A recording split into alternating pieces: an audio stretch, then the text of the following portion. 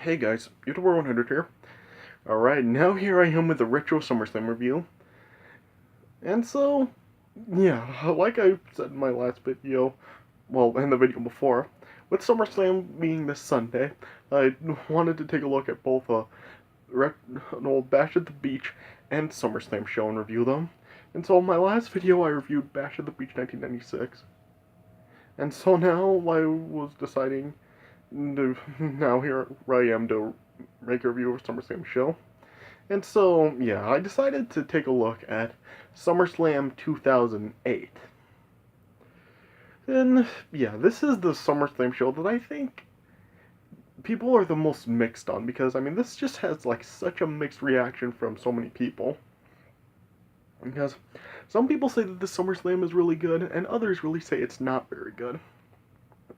And, yeah, I'd say that this is, I guess, like, it is, I guess, a decent show, I guess. I mean, yeah, I remember, like, Spinnernet used to say that this one was just so mixed for him that he just, like, couldn't make up his mind, and he kept flip-flopping on whether or not this was good or bad. Personally, I think that this show, it is just, like, a decent show. I mean, not really, like, anything that great, but, yeah, really not anything, like, really terrible either. Yeah, it is a decent show, but it's mostly due to the last two matches on the show. I mean, yeah, everything else besides that, it really is kind of just like mediocre, really. And yeah, if it wasn't for the last two matches, this SummerSlam probably would have been really mediocre. Because, really, I mean, there were like some okay matches on here, but really, there were other ones that just really seemed, well, yeah, there were just some that really just seemed kind of boring. And plus, the matches, a lot of the matches on here were like really too short, because yeah, like, every match besides the main event was, like, under 15 minutes, and even then, only, like, one or two were really over, like, 10 minutes. So, yeah, a lot of the matches on the show were, like, really, really short. And plus, we also have, like, a 30-second match on here, which is ridiculous. And, yeah, so, yeah, I guess, like, the show overall, it's really not, like, that bad, but it's really not anything that spectacular either. I mean, yeah, the last two matches on the show really do, like, make the show, like, almost pretty good. But everything else really is just, like, yeah. So, yeah, I guess let me just go right through the card. Alright. So the first match of the night was Jeff Hardy versus MVP. And I guess this was a pretty good match, I guess. I mean, it wasn't really anything like anything great or anything that memorable, but I thought it was entertaining for the time it lasted. This match only lasted about like 10 minutes, but I guess like it was I guess a good 10-minute back and forth match. I mean, yeah, it was like both guys like just went at it back and forth, and yeah, there were like some one or two good spots in here, like MVP hit a belly-to-belly suplex on Jeff Hardy, who actually landed on the turnbuckle. And at one point, is like Jeff Hardy was trying to like lunge at MVP, who was like in one of the corners of the ring. Like MVP got his feet up and just kicked Jeff Hardy like all the way across the ring. So yeah, I thought that was a nice spot. Yeah. And yeah, there were just like a bunch of like counters and submission holds in this match. Yeah. And then at the like around the end of the match, like Jeff Hardy like hit a whisper in the wind on MVP, and then he tried to go for the Swanton Bomb, but then like Shelton Benjamin just came out, and then Jeff Hardy got distracted and then took Shelton Benjamin out, and then yeah, he then tried to go for the Swanton on MVP again, but MVP he was able to dodge it, and then yeah, MVP eventually then just had a quick kick on Jeff Hardy in the face, and then yeah, MVP then pinned Jeff Hardy, and yeah, MVP won the match. So, yeah, I guess it was like a pretty good match, I guess. I mean, nothing too great, but I guess it was good. I give it like a 3.25. Yeah. And then, next up, we had like an intergender tag team match for both the Intercontinental and Women's Championship. Yeah, both titles were on the line, and the winning team would win both championships. It was like Kofi Kingston, the Intercontinental Champion, and Mickie James, the Women's Champion, defending against Santino Marella and Beth Phoenix. And this was, I guess, like an alright match, but it was like really short. It was only about like 5 minutes. But I guess it was like an okay match for the time it lasted. I mean, yeah, there was like good action from like all four of them. Yeah, we did get to see like some intergender action with like the guys going up against the girls. So yeah, it was interesting to see that. And then like yeah, it was basically just like back and forth action. And then yeah, around the end of the match, like Kofi Kingston got knocked outside of the ring, and then Mickie James actually gave Santino her like standing tornado DDT. But then, like, as Mickie James was distracted with Santino, then Beth Phoenix then capitalized and gave the Glam Slam to Mickie James. And then, yeah, Beth Phoenix then pinned Mickie James. And then, yeah, Mickie James won the women's title and Santino won the Intercontinental title. So, yeah, an okay match, but just, like, really short. I would give that probably, like, like 2 stars. And then next up was like a promo segment with Shawn Michaels coming out to the ring with his wife, and Shawn Michaels was like giving the people like an update on his condition because yeah, this was during the time where like Shawn Michaels was feuding with Chris Jericho, and yeah, Shawn Michaels was like suffering a couple of injuries to his eyes. Like first there was the time where Chris Jericho threw Shawn Michaels face first into his Jeritron 6000 on the highlight reel. And then, yeah, the previous pay-per-view, the Great American Bash, Chris Jericho, like, nailed Shawn Michaels in the eye, and Shawn Michaels was bleeding pretty badly from the eye. And then, yeah, Shawn Michaels was, like, undergoing, like, some medical evaluations and stuff. And then, yeah, Shawn Michaels was, like, received an update of it, like, on the previous Friday before the show. And then, yeah, he then, like, appeared here to address his update to the fans. And he was just like saying that the doctors are saying that he should probably stay away from the ring, and he was just like saying that he should like have to follow the doctor's advice due to all the injuries he really suffered through his career and stuff. And yeah, he was just like talking about that. And eventually Chris Jericho then came out, and yeah, he then just interrupted it and was just like telling Shawn Michaels that he wasn't going to stand to Shawn Michaels quit that way. And yeah, what he was really meaning was he was not going to let Shawn Michaels just go out because of the reason he was saying with all of his injuries. He wanted Shawn Michaels to admit that what Chris Jericho did to him was the reason he was going. And yeah, he was just basically then just telling Shawn Michaels to just go home and tell his wife and kids that's the reason why he's he's like was gonna retire from wrestling. And yeah, Shawn Michaels was like saying that he would go do that, but he also told Chris Jericho to go home and tell his wife and kids that he would never be he next Shawn Michaels. Then he was like just calling Chris Jericho a vile and selfish person, yeah.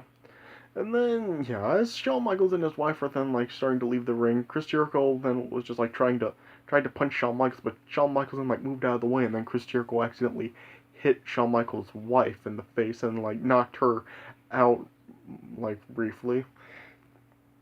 And then yeah, like Chris Jericho was like showing that it was an accident, like he was kind of shocked to see what he did, and then he just like really left the ring without really saying anything. And so yeah, I felt that this promo was like I guess it was like an okay promo, but I really felt that it really wasn't needed. I mean, I really felt that they could have like done this on like Raw or something. I felt that they could have held this off probably until like the next night on Raw because really I felt that this just really wasn't needed, and I just felt that this really took away from time for the other matches, especially with the next match that happened. I mean, I really just thought that this really just like was kind of just a waste of time for the pay-per-view, and I really felt that this really wasn't needed. But yeah, I guess like it was since this promo was on the show, I guess it was like an okay promo, and yeah, I guess this like with Chris Jericho hitting Shawn Michaels' wife, yeah, this then would like kind of like advance the storyline to more because yeah, this would then lead to like them going into the unsanctioned match the next month at Unforgiven, and then once Jericho won the World Heavyweight title at Unforgiven in that championship scramble, they would then go on to the next pay per view after that. The face each other in a ladder match for the title. So yeah, I guess this did kind of help advance the storyline in some way. So yeah, I guess it served its purpose. But yeah, like I said, just felt this really wasn't needed. But yeah, an okay promo. And then next up, the had the ECW Championship on the line. Mark Henry defending against Matt Hardy. And really, this is what they do to the ECW title. They have a 30-second match that ends in a disqualification. Just, yeah, we basically, yeah, just like, it was just like them going out for like 30 seconds, and then Matt Hardy delivered a twist of fate to Mark Henry, and it looked like Matt Hardy could have actually had the win there, but then Tony Atlas, who was Mark Henry's manager at the time, ended up like pulling Matt Hardy outside the ring and attacked him. So then, yeah, the match ended in disqualification after only 30 seconds. Oh gosh, I mean, I guess this just goes to show like how much WWE was just degrading the ECW title at this point. Because remember at WrestleMania that year, they had like an 8-second match with Kane defeating Chavo, and then they do this with the title here, a 30-second match, and then like at the next year's SummerSlam, they did this again with like what was it, like an 8-second match or something with Christian William Regal. So yeah. This just goes to show like how much WWE was really trying to degrade ECW by this point. So yeah, just like why did they do this? And yeah, just yeah. Plus, like I said, I mean they wasted time with that Shawn Michaels-Chris Jericho promo when they could have actually given this more time. So yeah, this was just like dumb and ridiculous and stuff. So yeah, I'm not gonna be rating this, but yeah, this was ridiculous. And then, yeah, next up we then had the World Heavyweight title on the line. CM Punk defending against JBL. And, I guess this was like an okay match, but I really thought that this could have been a lot better than what it was. I mean, first of all, why do you have JBL challenging CM Punk for the World Heavyweight Championship? I mean, this is really the best opponent you can give him. I mean, seriously, I mean, I guess, like, they did have, like, of course, like, John Cena and Batista have a match this night, so I guess that was out of the picture, but, I mean, was this, you couldn't have given this to really, like, someone else? I mean, I know Randy Orton was, like, injured at this time, so yeah, but really, JBL was who they went with to challenge CM Punk here. I guess, like, they really didn't have, JBL was, like, kind of just one of their last choices, really, but, I mean, really, this is what they go with. Yeah. So, I mean, I guess it was like an okay match here, but yeah, like I said, I mean, I guess I just really expected better from this, but yeah, with JBL in there, I mean, I guess like this is what to expect. Yeah, I mean, really, like my problem with this match was like how much JBL was on offense in this match. I mean, this was really like the problem with CM Punk's title reign that year. I mean, CM Punk was just booked really weak as the champion, and yeah, really for a majority of this match, it was really just JBL just beating up CM Punk, and eventually CM Punk then tried to make a comeback. At one point, like JBL was like trying to like charge at CM Punk, but then CM Punk like kicked JBL in the face, but then like it caused JBL to fall down, and it actually caused him to like butt heads with CM Punk. Like as JBL fell down, he actually like hit the back of CM Punk's head, and then that caused like CM Punk, like the back or the top of CM Punk's head to like start bleeding. Yeah.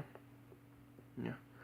And then yeah, JBL was then just like on offense some more on JBL for majority of this thing, and then yeah, and it just ended like kind of abruptly with just like CM Punk out of nowhere just hit a GTS on JBL, and then like CM Punk then got the pin on JBL, and then CM Punk retained. So a really abrupt ending there. I mean, especially like with JBL just like dominating the whole thing just to be defeated by a GTS. So yeah, but an okay match, I guess. I would give it probably like, I don't know, 2.5 stars. And then next up, we had the WWE title on the line. Triple H defending against the Great Khali. And they did it again. Like, the Great Khali was really who they have challenged Triple H here. I mean, they really couldn't have gone with someone like Jeff Hardy or somebody to challenge Triple H. I mean, yeah, I felt that, like, they could have cut the Jeff Hardy MVP match and just have Jeff Hardy challenge Triple H for the championship here. But yeah, they go with the Great Khali. This was just a bad choice. I mean, especially on SmackDown. I mean, there were like a lot of other stars that could have done this, but they go with the Great Khali. Oh gosh. And yeah, this match was really just boring, to be honest. I mean, Yeah, I mean, Spinnernet has really said that he found Triple H to be really boring as the WWE champion in 2008. And yeah, I guess like I could really see why. Just like with Triple H has matches like this, just yeah, his title reign just really was not very interesting that year. And yeah, I mean, yeah, JB, I mean, yeah, the Great Khali really was like really dominating this whole thing, just using like a bunch of wrestles in this. Like his Khali vice grip on Triple H was applied in this match. Yeah, and then yeah, the Great Khali ended up like blocking two pedigree attempts in this match at one point. Yeah, and yeah, basically like this match was really just Khali beating down Triple H, and yeah, Triple H was like at a point he was like trying to make this match interesting, but then like he eventually just stopped trying, and yeah, this match just really never did pick up. And yeah, this match really was not very long either. I mean, this match only lasted like under 10 minutes, and it really was really boring. And yeah, I really just really can't talk much about it, but yeah, I just really remember the Great Khali having his vice grip on Triple H for like what seemed like forever in this match. And then eventually, like Triple H was then like targeting the Great Khali's legs in here, and then eventually, then Triple H then hit a pedigree on the Great Khali, and then Triple H got the pin, and Triple H retained the title. So yeah, just a really boring match to be honest. I mean, this was really the best they could do for Triple H at SummerSlam. Oh gosh, I really give this only like 2.25. Just really boring to be honest. And then next up we had John Cena versus Batista. And yeah, this was a really good match right here. I mean, yeah, it really was like really good and it was a really interesting match. But yeah, the only problem with this was this had like really little build up to it. I mean, yeah, Lundrick like said in his review for this, like he felt that the match shouldn't have happened this soon because it was only had like 4 weeks of build up. I mean, I really felt that they really could have built this up a little bit longer. I felt like maybe like they could have actually had John Cena and Batista compete with CM Punk in like a triple threat match or something, or even a fatal 4-way with JBL in the match for the World Heavyweight title, and they would continue to like advance the storyline between them, and then maybe like have them face off at Unforgiven or something. But yeah, they had the match here. So yeah, but yeah, it was still like a pretty good match here. I mean, only gripe with it was once again like really like too short to be honest. I mean, it was only about like 13 minutes. I really felt that this could have been like a 20-minute match. But yeah, it was like a pretty good match. I mean, yeah, they like just used like both of their signature moves on each other numerous times in the match, and yeah, there were like a lot of near falls here. In this match, Batista was like paying homage to Ric Flair, and he was like using the chop block and the figure four on John Cena. Yeah, yeah. At one point, like Batista like tried to like go for the Batista bomb or something on John Cena, but John Cena countered into the STFU. Yeah. And then like Cena like ended up like countering the power slam into a fireman's carry onto Batista. And then he like got the FU on Batista, but Batista like survived it. And then like John Cena and Batista were like battling on the top turnbuckle, and John Cena eventually knocked Batista down. And then John Cena tried to go for like his top rope leg drop on Batista, but Batista countered into a Batista bomb. And of course, like this was like when he injured John Cena's neck, and yeah. And also, like, of course, in this match, Batista also ended up, like, injuring his hamstring. And, yeah. Yeah. And, yeah, this is just, like, a really good spot with that after Batista, like, countered John Cena's top turnbuckle leg drop into the Batista bomb. But, yeah, John Cena surprisingly survived it. Yeah. And then eventually Batista then just hit a second Batista bomb on John Cena, and then Batista got the win. And so yeah, and then yeah, after this match, like John Cena like was out for a few months because of that neck injury, and yeah, Batista like continued to stick around for this time even though he had that injured hamstring.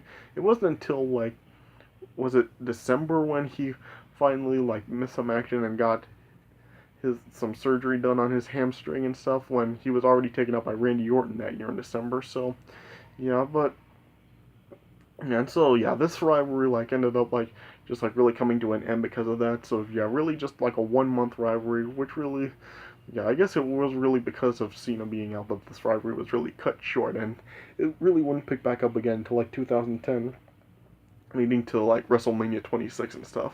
So yeah, but yeah, this was still a pretty good match. Not as good as the WrestleMania 26 match, but yeah, still a pretty good match, I guess. I give it like 3.5 stars. And then we got the main event: Undertaker versus Edge in a Hell in a Cell match. And yeah, this was the return of the Undertaker after like his banishment from the WWE after from losing to Edge in the TLC match at One Night Stand that year. And then yeah, Vicky Guerrero ended up like reinstating him after like Edge ended up like kissing another girl, like even though like Edge was with her and stuff. Yeah, and yeah, this was a great match right here. Yeah, I mean, just like a really like brutal match right here, and yeah, this really was like, yeah, this like ended up like was the last Hell in a Cell match before like the Hell in a Cell pay per view was made in WWE, which is like trying to ruin the Hell in a Cell match. So yeah, and this was a really great match here, really awesome way for the feud to go out here. And yeah, just like a really great match. I mean, yeah, there was a lot of weapon use, of course, in this match. Like Undertaker and Edge were using like the steel steps as weapons here, and they would eventually like they would end up like using the cell, of course, as weapons, like just ramming each other into it. And eventually, like Edge ended up like using his signature weapons, like his specialty weapons, like the table, ladders, and chairs, of course. Yeah. And at one point, like Edge ended up like putting Undertaker on a table, and then Edge climbed a ladder, and then just like drove Undertaker right through a table, and after Edge dove with a chair down onto Undertaker, or with a elbow drop. So yeah, there's that. Yeah, and yeah, just like a lot of brawling in this match, and yeah, eventually like Edge ended up spearing Undertaker through a panel of the cell. And then yeah, there was then like some brawling outside of the cell. At one point, like Edge like was on the Undertaker were on the announce tables, and then Edge ended up like spearing Undertaker right through one of the announce tables. And then it eventually like then just led back into the cell, and Edge like ended up like performing like hit Undertaker with a spear again, and then Edge tried to go for the old school on Undertaker, but Undertaker ended up countering the move and then just chokeslam Edge from the top rope. And there, Edge like set up like two tables, like one on top of the other, outside of the ring, and then Undertaker like ended up like chokeslamming Edge right through those tables. Yeah, yeah. And then, yeah, basically, like, then, like, through the last few minutes of this match, then Undertaker was basically just doing everything to Edge that Edge had already done to him for the past few months throughout their feud. Like, Undertaker hit Edge with a spear, and Undertaker hit Edge with a concerto. And then, yeah, Undertaker was basically just doing everything to Edge that Edge had done to him before. And then, eventually, Undertaker then got the tombstone onto Edge, and Undertaker got the win. And then, yeah, after the match, then, like, Undertaker was starting to leave, but then he then saw Edge was starting to move again, and then Undertaker went back into the ring, and then Undertaker, like, set up two ladders and set Edge on one, and Undertaker ended up, like, climbing up the other one, and then, like, there were just, like, this stuff where, like, just became the quality would just look like one of Undertaker's video packages and stuff. And it just showed then Undertaker then just like choke slamming Edge right through the ring. And yeah. And then yeah, then it eventually then just cut into the regular quality again, and then eventually then it just showed then some flames just engulfing through the part of the ring Edge went through, and so then yeah, then that was, and yeah, Edge was like supposedly sent to hell. So yeah, a pretty great match right here. Not quite as great as some other Hell in a Cell matches, but yeah, still a great match. I give that 4 1/4. So overall, the show, I give it about like a 6.5 out of 10. I mean, yeah, like I said, it's mainly due to Undertaker versus Edge and Cena versus Batista. Everything else really is just like kind of mediocre at best because yeah, the 2 world title matches I felt really underdelivered because yeah, Triple H Khali boring and CM Punk and JBL were just like okay and stuff and yeah, ECW title match was just like ridiculous and yeah, I just felt that Shawn Michaels-Chris Jericho segment really wasn't needed on the show, and I just really felt that really just ended up taking the time that could have been held for the ECW title away. And yeah, even with some other matches, I felt that they could have just cut that promo out and just like given a lot of the matches more time. So yeah. So really not the greatest SummerSlam in the world, but still decent due to the last 2 matches. So I really say if you want to watch this show, just really watch the last 2 matches of the show and just really like everything else you really don't need to see. So, but yeah, still a decent show because of those 2 matches. Alright, so yeah, that does it for my review of SummerSlam 2008. I hope you guys enjoyed this review, so yeah, thanks for watching, and I'll see you guys later.